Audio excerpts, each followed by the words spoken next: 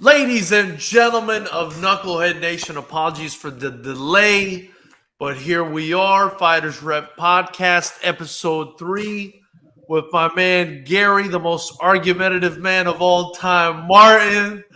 We're going to be talking about Crawford and Spence. We're going to give our reaction. We're also going to be talking about a fight coming up this Saturday, Gary.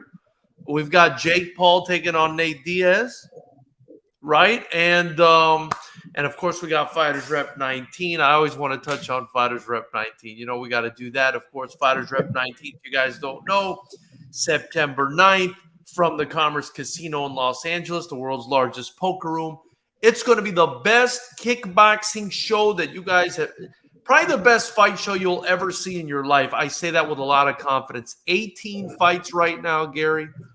Absolutely ridiculous talent I got on this card, man. And, you know, maybe we'll let you run the live stream while it's happening.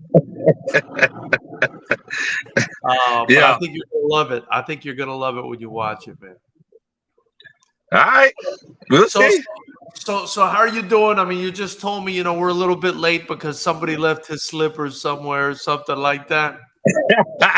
Yeah, you know, dealing with these kids, man, drive me nuts. Yeah, man. Yeah. And you were coaching football, you said. Yeah, man. And then dealing with other people's kids. You know, I don't know how I let them talk me into coaching football again. Man, for you guys that don't know, Gary was a really good football player in high school. Really athletic guy. That's where I know him from. We played basketball. I played basketball. He played football. Miami's senior. Is it Miami Killian?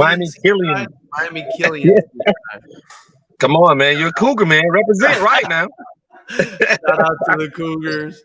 And, now it looks like they've sucked him back into the gridiron. But, you know, Gary, we discussed the fight at length. We both kind of, you know, felt this Crawford-Spence fight could have gone either way. I feel like I'm having a I told you so moment to the public because I was right, but, you know, I could have very well been wrong. And, you know, I want to say I was a little bit surprised that you went with Errol Spence because historically, Gary Martin goes, the most argumentative man on earth goes with the guy with the skills to pay the bills. And you know, I learned my lesson with that a long time ago, and I feel like you didn't learn from my mistake. When I went against, it was one time I said, man, I got a feeling Canelo might beat Floyd. We were talking about that way back in the day. I don't know if you remember that. I think you picked Pacquiao too over Floyd, though, D? No, I think you picked Floyd. I think you picked Floyd, yeah. Yeah, I learned my lesson. I went against him one time. I said, maybe this Canelo kid. And then I said, you know what? I'm never picking against this guy again. And so I was just surprised. You know, I was surprised you went with Spence. You know, kind of walk me through that and then tell me, you know, what you think happened in this fight, what you make of this fight and the way it went down. Well, the big fish was a catfish, right? He catfished me. He catfished me into making me think that he was just as good as I think he catfished us all, making us all think that he was just as good as Bud, you know.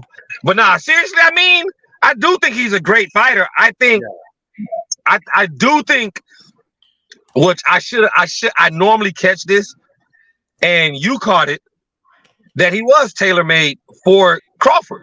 Crawford's a counterpuncher. And the more you throw, the more punches you throw, it's like Holyfield used to say, you know, obviously the more punches you throw, the more openings there are for you to get hit. You know what I'm saying? For somebody to throw something back and hit you.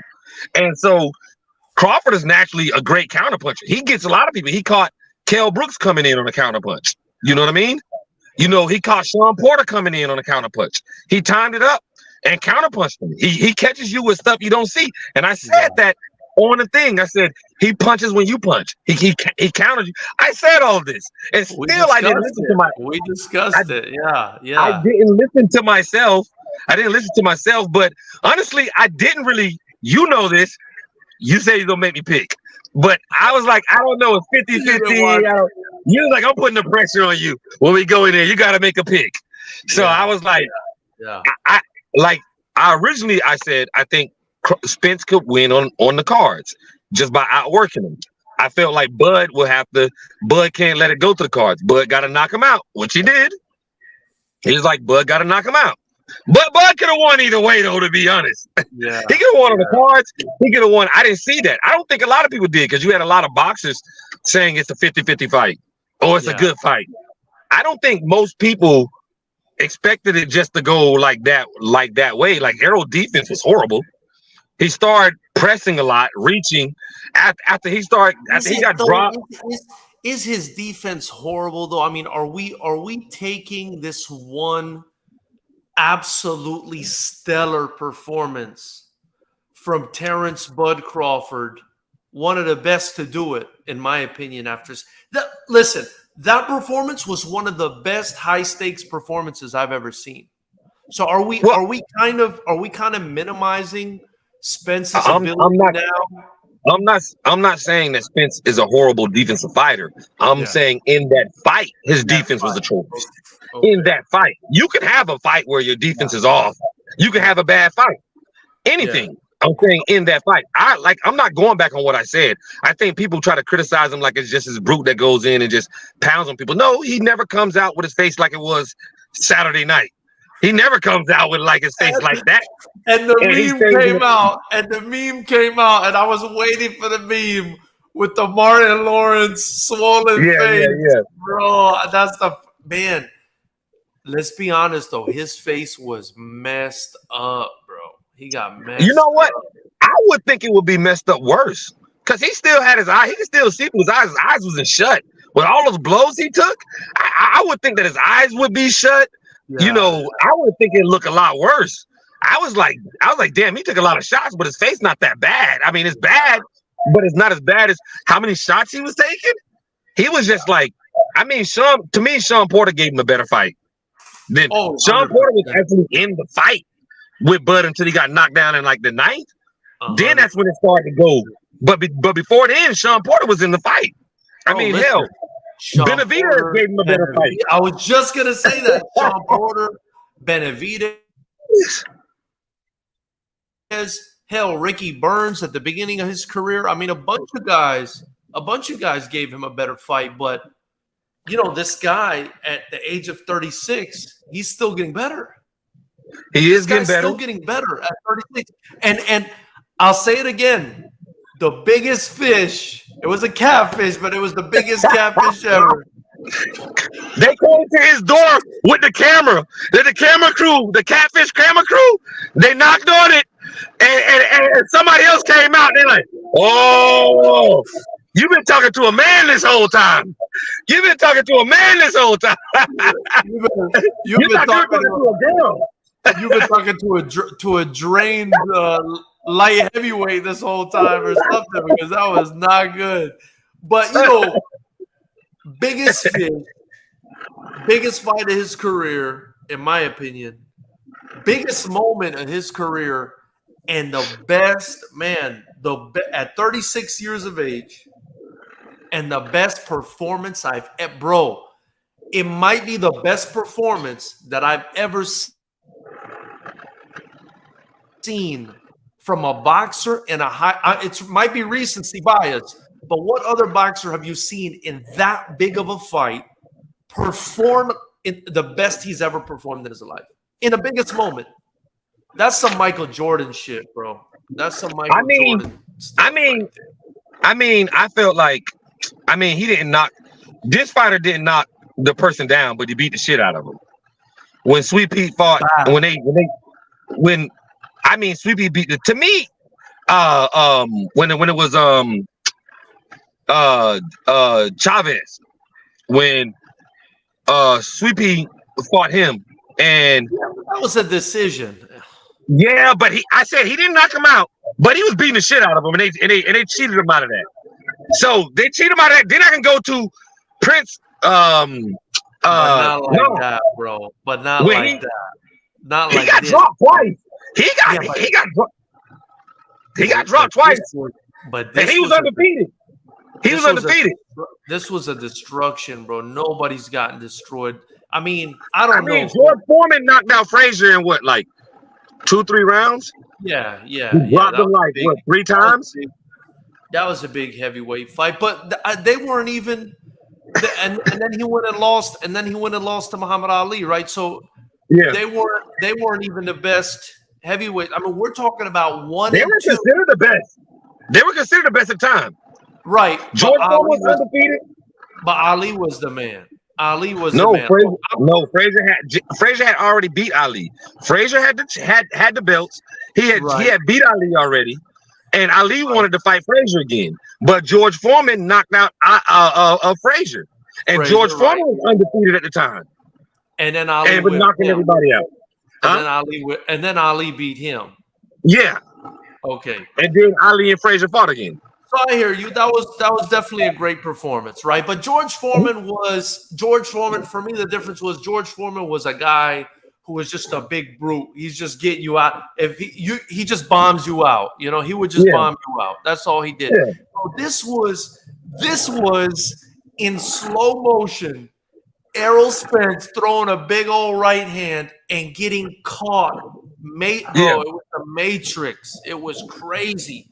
That counter left uppercut, I don't think enough people are talking about. They're talking about all the other stuff that happened.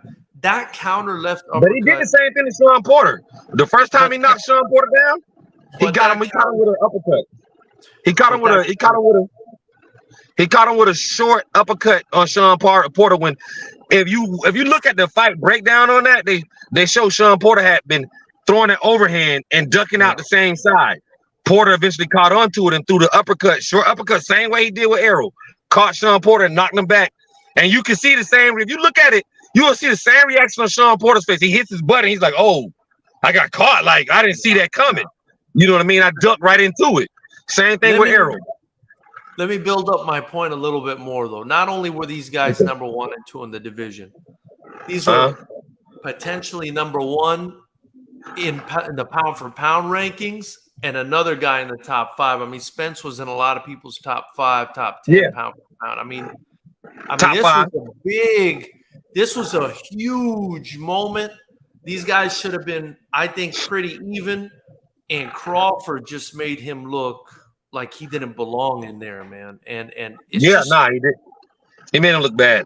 I never thought the fight would go that way because I took Sean Porter's fight with Bud, and I thought Sean Porter was making it a pretty good fight. He was probably, when he got knocked down, he probably was down by like 2 rounds. He wasn't getting blown out. Some people say he was winning. Some people say he was winning. I don't think he was winning. I personally think he might have been down a round. Yeah. I thought he was down a round, but I know some people who think 2 rounds. So I just go with 2 rounds. But still, if you're in there, Sean Porter, 2 rounds, I'm thinking Errol Spence he pressures people just like Sean Porter. But somebody brought something up to me. They was like, but yeah, Sean Porter's awkward though when he comes with it. He comes awkward. He's not like conventional because even Errol Spence is like, yeah, he's real awkward. You know what I mean? He's like awkward. I always felt like Porter. I mean, I don't mean to minimize him. I just felt like he just came in like a football player, right? Like, I'm sorry, like, No, he played football. I felt like you would just kind of bum rush in. Like, he didn't. For me, he never had like the technique, even of an Errol Spence. I thought Errol Spence's technique was superior to Sean Porter's. I mean, what he did was effective, so I got a lot of respect for Sean Porter. But I mean, you got to think because if Errol doesn't get that knockdown in their fight, he might. We don't know. Yeah, we don't know if he wins that or not. By the way, I don't remember the scorecard. By the way, shout out to Valiant Thor. He says Errol's about to level up with a Neuralink implant, boosting his boxing IQ to the stratosphere, landing him a Tesla sponsorship. Get ready for the ultimate comeback plan. I appreciate you guys in the chat. Please subscribe, like, join the channel. We appreciate your support. What other takeaways did you have from this fight, Gary? Because I kind of shared mine on a video that I made yesterday. I don't know, man. I'm still so blown away by the ability to counter, the speed, the sharpness, the strength. What does this guy not have, man? I'm just blown away by this guy. Well, one thing I did see that I didn't think, but I mean I can see it, is that he was just as strong as Errol. He pushed Errol back with that forearm a few times, and it was like, get off me, and he was showing that he was strong. And I can understand it, because back in high school I was a small guy, but I could bench like 315 pounds. In senior year, weighing 140. So being small doesn't mean you're not strong. And doesn't mean you're not strong. And that's kind of get that's kind of what I get from from the whole Bud. He's strong. He's not just because he's smaller, he's still strong. And then I also feel like I was right in my prediction that I think that Boots could beat Errol Spence. I think Boots could beat Errol Spence too. Because he's just beat him. Because seeing the speed difference between Bud and Errol was shocking. Like, I knew Bud was faster. I always knew Bud was faster, but I didn't know Bud was that much faster. Like, Errol had no answer for his jab. That jab was coming so quick, he didn't know what to do with it. He had no idea what to do with it. And so it's like, I just look at him like Boots. I'm like, Boots is just as fast as Bud. He's a switch hitter. He's a very skilled fighter. He's a very athletic fighter.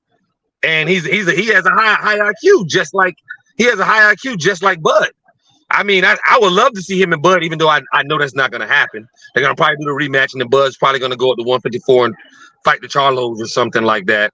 And then he'll probably vacate the belts, and then Boots and I guess Stanionis or Virgil Ortiz and all those guys will have at it or whatever, like I'm that. But I just took that, and I mean, I don't really think it needs to be another fight, to be honest with you.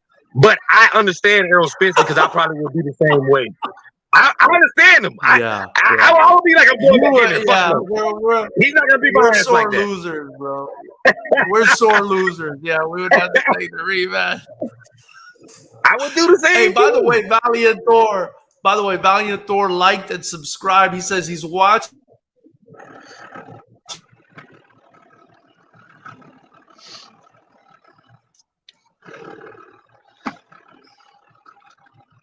from man, and I need a theoretical physicist for this internet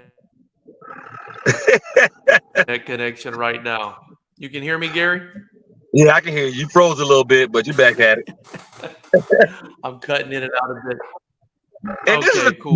So I'm glad that. Oh, my bad, but I just want to get this in.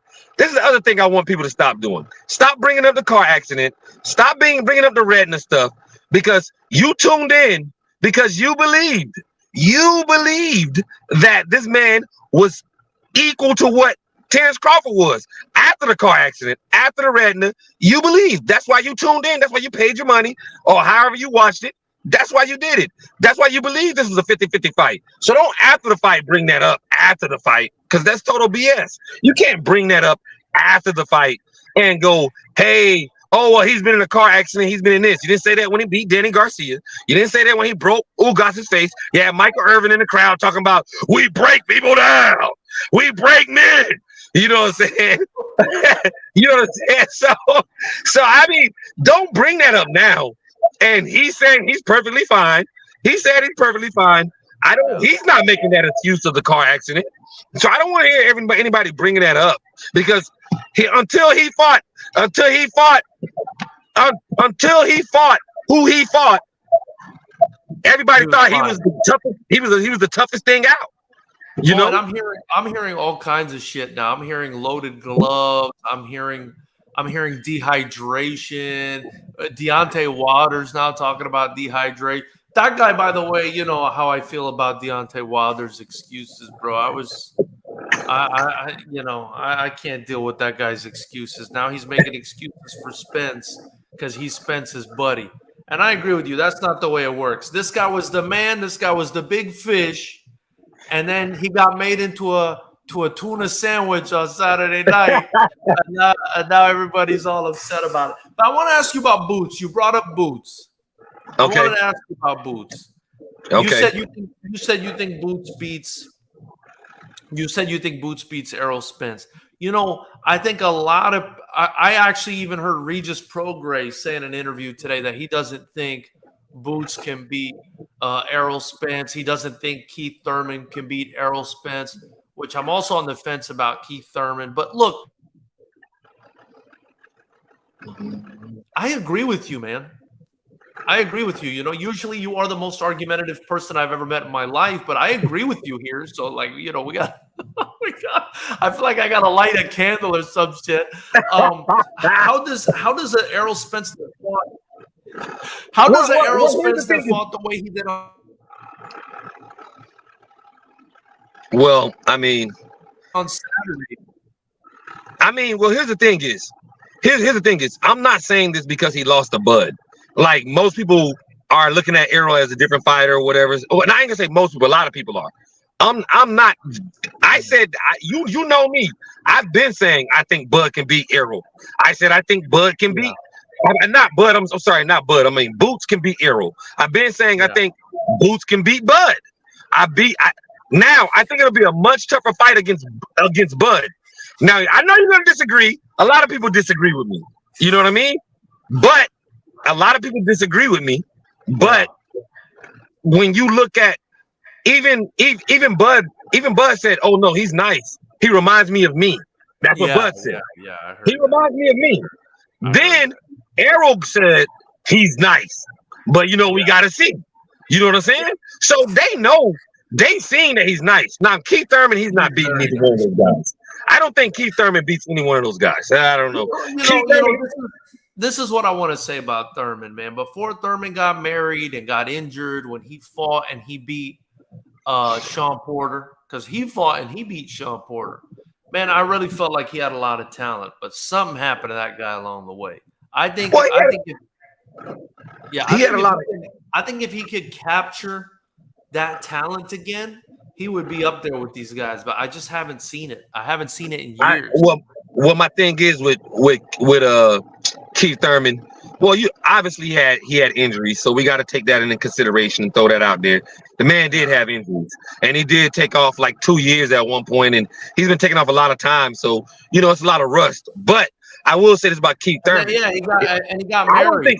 I don't think he's on the level of Bud, or I think he can fight a good fight with Errol, but I still think Errol wins. I still think Errol beats him. Like even I'm talking about when he was in his prime.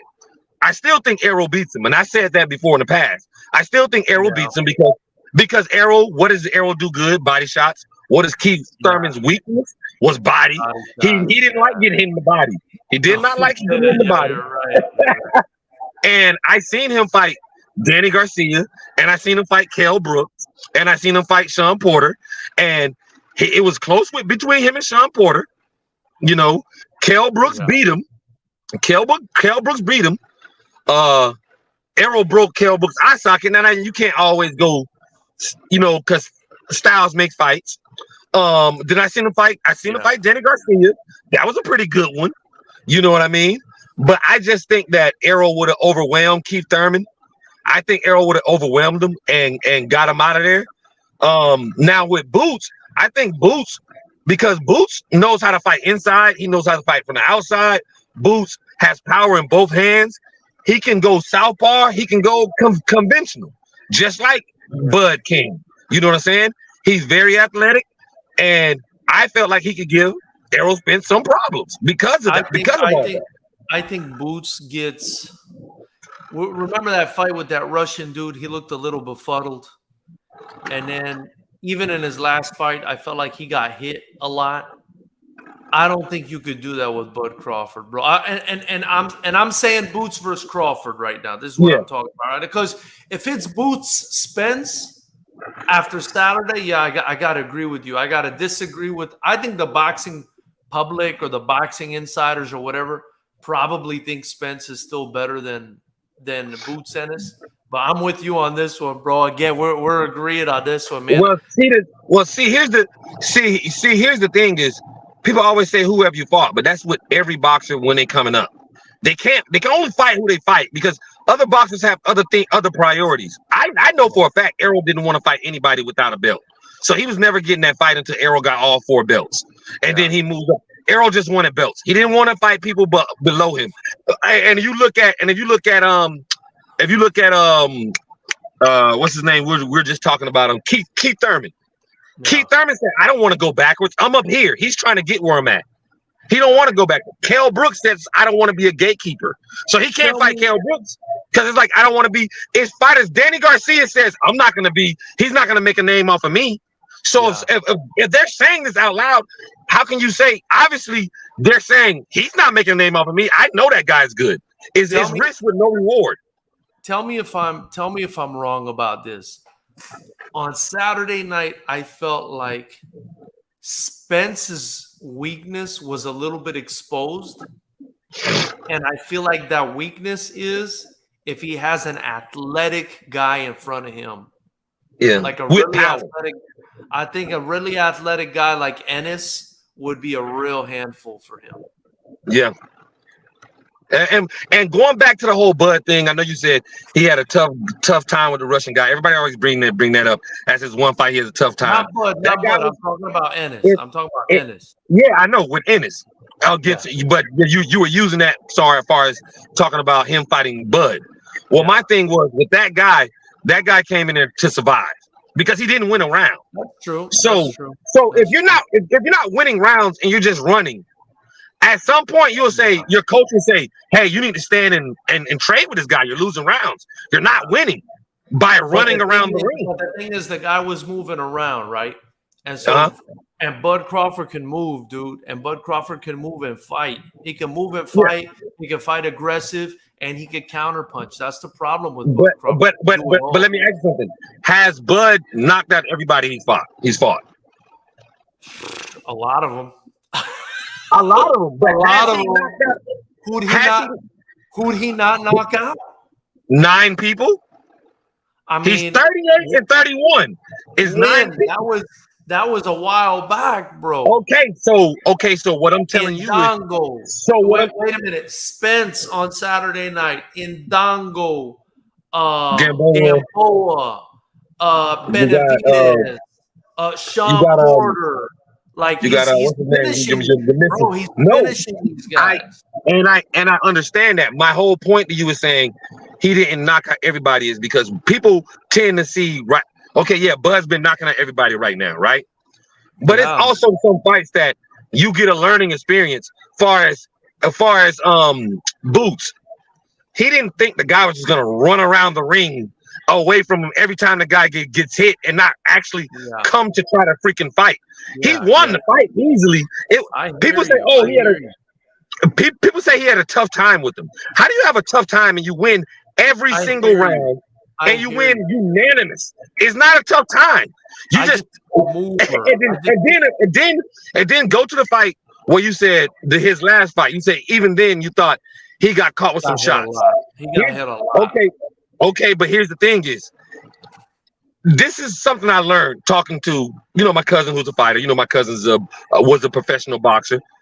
At some point, you start saying, I'm just going to go inside with this guy because he really can't hurt me. Because what he's throwing out there is not. Yeah. And Boots said after the fight, his dad was saying, what are you doing? Go back to jabbing him and stay on the outside. And Boots was like, nah, I'm going to go on the inside with him. Because he knew, he was like, nah, his dad was like, not yet. And he was like, nah, I'm going to go in there. Because he knew. I don't think he would do that with Terrence Crawford. When you fight certain guys, you're like, I can go here and bang with this dude because I know this dude can't really bang with me. Okay. And the same thing that Boots said about Errol Spence. He said, once I got hit by his hook, and I was like, that's it? Oh, it's going to be a long night. Because now I'm not afraid of your power.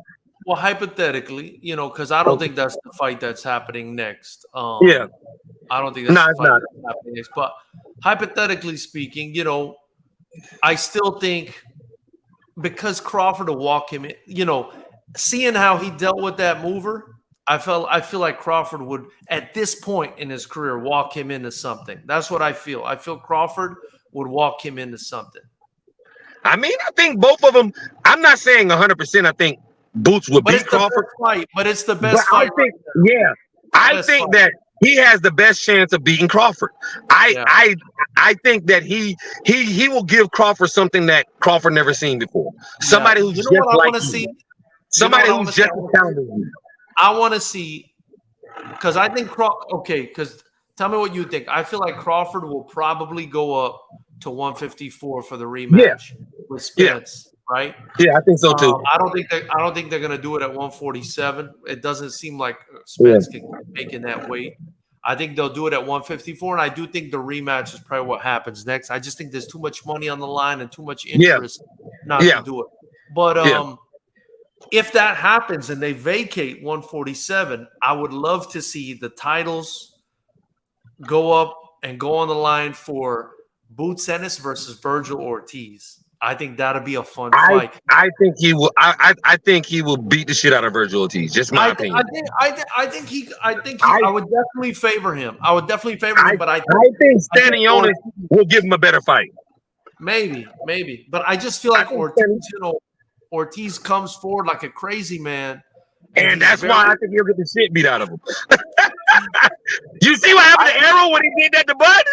Yeah, but that's Bud Crawford. I don't think Ennis is at that level yet. I'm just saying. I just think that if you try to, that's why I knew he was going to do Villa the way he did Villa. If you think you're just going to move forward and walk forward with no type of movement, no type of anything, skills, or what, you're just going to try to land a hard punch on him, you're gonna get caught with something. But Ortiz is faster, more explosive, has more movement than Villa. You think he's faster than Bud? No, you're talking about faster than Villa. Way faster than Villa. Yeah, Ortiz is fast. So I think it would be I think it would be the best welterweight fight. You know, I think he gets Ortiz up out of here. Remember, he was willing to fight Ortiz a while ago, and they said, "Oh no, that'll be years down the line." I was in the camp that he gets Ortiz out of there until I saw his last two fights, and now I'm not so sure. I still would favor him. Man, Villa's never been knocked out. I know, but Villa is a very limited guy who only fought maybe outside his country one time. Remember I said this. He knocks out Virgil Ortiz. I hear you. I don't know yet. I think Stanionis is a better fight than Virgil Ortiz. Stanionis is a better defense. I'm not predicting it yet. If they make the fight, I'll have time to sit down and think about it. I do favor Ennis. I think he's the best. I think he's the next best guy. I think he's the next in line for the welterweight division. But I do think Ortiz would be a fun fight because they're both kind of the next generation of guys. You know I think if they vacate the belts, I really do think it'll probably be him and Keith Thurman or something like that. Keith Thurman is I think he's the mandatory for one of the belts, and Bud's the mandatory. I mean, Boots the mandatory for another, and I think Stanionis is the mandatory for another one. So I don't know. So all of them would be up. I think Boots and Stanionis is because Boots wants to fight again because he knows they're going to do the rematch. Yeah. So he wants to fight again before then. So I know there's been talks about Stanionis and stuff like that. Maybe he fights Stanionis or Keith Thurman. Who knows? Yeah. I think Keith Thurman wants to wait it out and try to get the big fight, though. I don't think Keith Thurman wants to fight Boots because he knows it's too high risk. I don't think he deserves any of those fights. He lose to Pacquiao? I mean, what's he done? Yeah. What's he done lately? You know, I don't. Yeah. I feel like Ugas deserves it more than Thurman does. You know. Yeah. I mean? Yeah. Maybe fight Ugas. Yeah. But anyway, George, I'm gonna have to go, buddy. It's on 1% right now. Oh shit. We didn't even get to the I'm gonna charge it up more. I'm gonna charge it up more next time. Who you think, Jake Paul or Nate Diaz? Before you go. I'm gonna give it to Jake Paul. He's been doing pretty good with the UFC guys. So Jake Paul. If I cut off, I just cut off. I'll just go right here real quick. Nate Diaz, don't get me wrong. He was a tremendous UFC guy, but I just think that Jake Paul, you can't sleep on him now. He's not no slug in the ring, but he fought a boxer and lost. But UFC guys aren't equivalent to a boxer, and he has power in that right hand. So all he has to do is catch you with that right hand. He can sleep you. I think he stops Diaz late. I think he stops Diaz late. Yeah. I think not Nate, but his brother, Nick. Nick. Yeah, he throws a lot of shoulder punches, so I know he wouldn't beat him because he throws a lot of shoulder punches. He doesn't really throw a lot of. Nate's a better boxer than Nick. I feel a better fighter than Nick, so I give him a better chance. But these guys, he's young. Jake Paul is young. He's in his early 20s. He's in the prime of his life right now, and he's not a small guy. He has power with that right, and if you're not, he's way bigger. Yeah, he's a big guy. So I don't. I mean, you can hate Jake Paul all you want, but he's gotten better. Yeah. Just stay away from real boxing. Ladies and gentlemen, appreciate you guys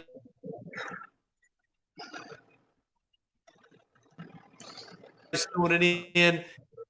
Gary's phone, my is going in and out. Gary didn't plug his phone in like he should have, so we got to go. But we're going to be back very soon to talk to you guys some more about the fight game. All right.